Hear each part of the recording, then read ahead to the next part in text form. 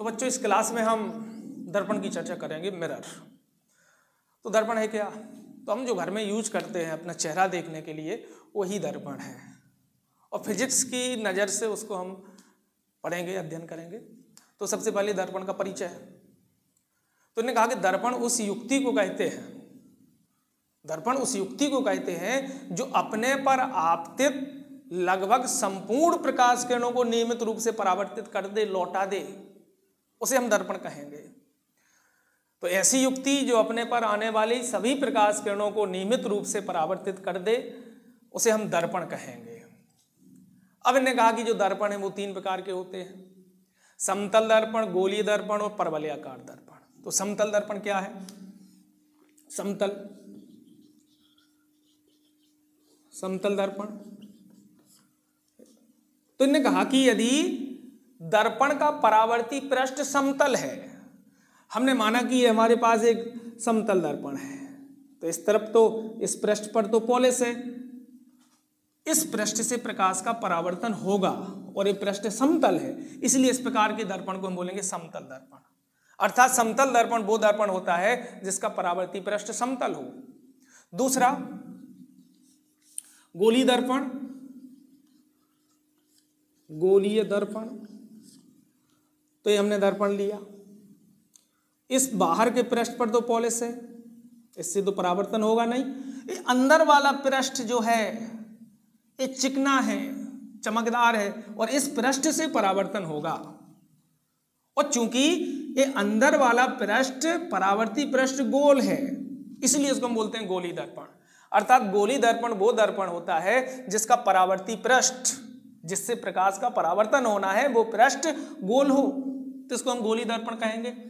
तीसरा आया परवलयाकार दर्पण। परवलय के आकार का,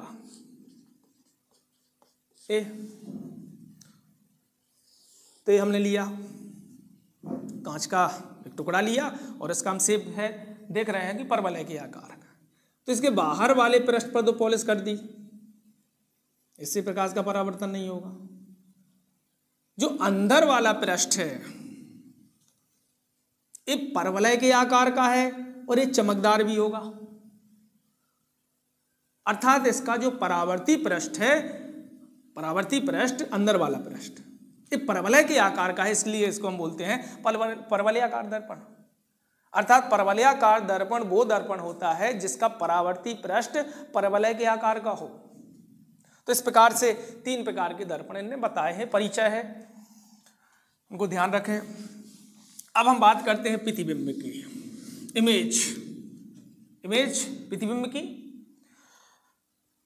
तो इन्होंने कहा कि जब किसी वस्तु से या किसी बिंदु से चलने वाली किरणें किसी वस्तु से चलने वाली किरणें दर्पण से परावर्तन के पश्चात जिस बिंदु से होकर जाती हैं या जिस बिंदु से होकर आती हुई प्रतीत होती हैं, उस बिंदु को हम प्रतिबिंब कहेंगे।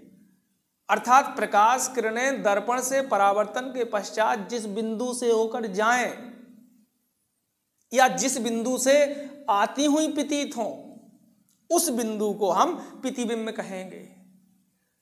ठीक है। इनने कहा कि वैसे तो किसी वस्तु से अनंत प्रकाश किरणें चलती हैं, लेकिन प्रतिबिंब की स्थिति का निर्धारण करने के लिए हम 2 प्रकाश किरणें ही लेते हैं, और ये 2 प्रकाश किरणें परावर्तन या अपवर्तन के पश्चात जिस बिंदु पर मिलेंगी वो बिंदु प्रतिबिंब कहलाएगा। या जिस बिंदु से प्रकाश किरणें हमें आती हुई प्राप्त हों या परावर्तित किरणें पीछे बढ़ाएं जिस बिंदु पर मिले, वो प्रतिबिंब कहलाएगा। इनने कहा कि प्रतिबिंब 2 प्रकार का होता है, वास्तविक प्रतिबिंब, वास्तविक प्रतिबिंब।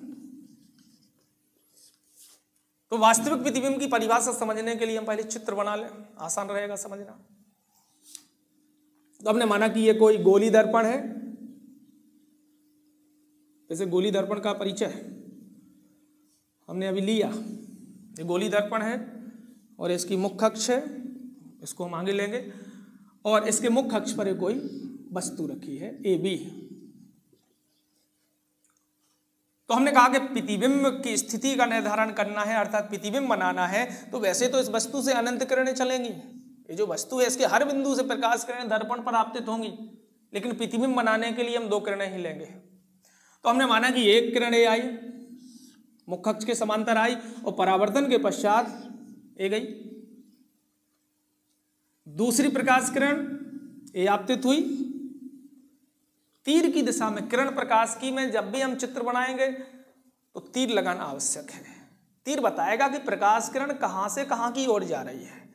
तो यहां पर हम देख रहे हैं कि प्रकाश किरण इस दिशा में दर्पण पर आपतित हुई और दर्पण से परावर्तित होके ये लौटी वापस।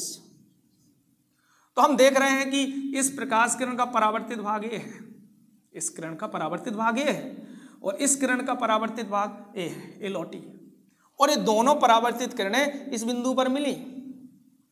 तो इस बिंदु से क्या करें, मुख्य अक्ष पर लंब डाल दें। तो हमने लंब डाल दिया और ये प्रतिबिंब मिला हमें ए डैश बी डैश। अब हम इस वास्तविक प्रतिबिंब की परिभाषा को देखते हैं।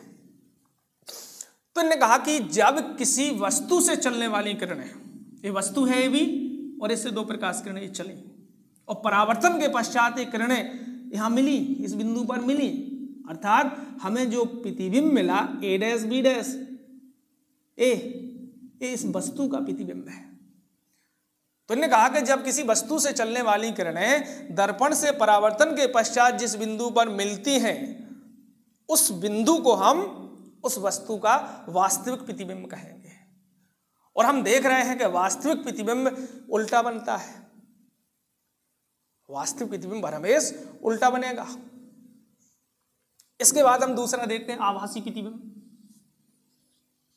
आभासी प्रतिबिंब, तो आभासी प्रतिबिंब समझाने के लिए हम समतल दर्पण लेते हैं। तो हमने माना कि ये कोई समतल दर्पण है और इस समतल दर्पण के सामने एक कोई बिंदु आकार की वस्तु रखी है, ओ ऑब्जेक्ट। अब इसका प्रतिबिंब बनना है तो इससे हम 2 किरणें लें, एक किरण ए आपतित हुई और दूसरी ए आपतित हुई, अर्थात जो हमारी बिंदु वस्तु थी इससे 2 किरणें दर्पण पर आपतित हुई। अब दर्पण है और दर्पण क्या करता है, प्रकाश किरणों को परावर्तित कर देता है। तो पहली किरण परावर्तित होके चली इस दिशा में और दूसरी किरण परावर्तित होके ये चली।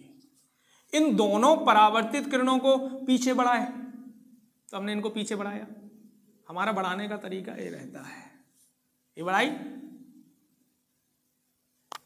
और दूसरी प्रकाश किरण थोड़ा सा बाहर हो गई,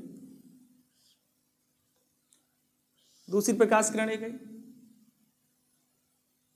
तो हमने देखा कि दोनों प्रकाश किरणें यहां मिली और इस बिंदु पर मिली और ये बिंदु हो गया ओ का आभासी प्रतिबिंब, ओ डैश। तो आभासी प्रतिबिंब में हमने क्या देखा, हमने देखा कि दर्पण के सम्मुख वस्तु रखी थी, इससे 2 प्रकाश किरणें दर्पण पर आपतित हुई और परावर्तित हो गई, चली गई।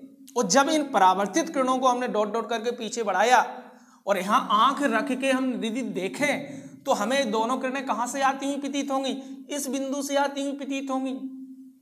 और जब इस बिंदु से आती हुई प्रतीत होंगी, वास्तव में आ नहीं रही है, प्रतीत हो रही है, इसलिए इस प्रतिबिंब को बोला इन्होंने आभासी।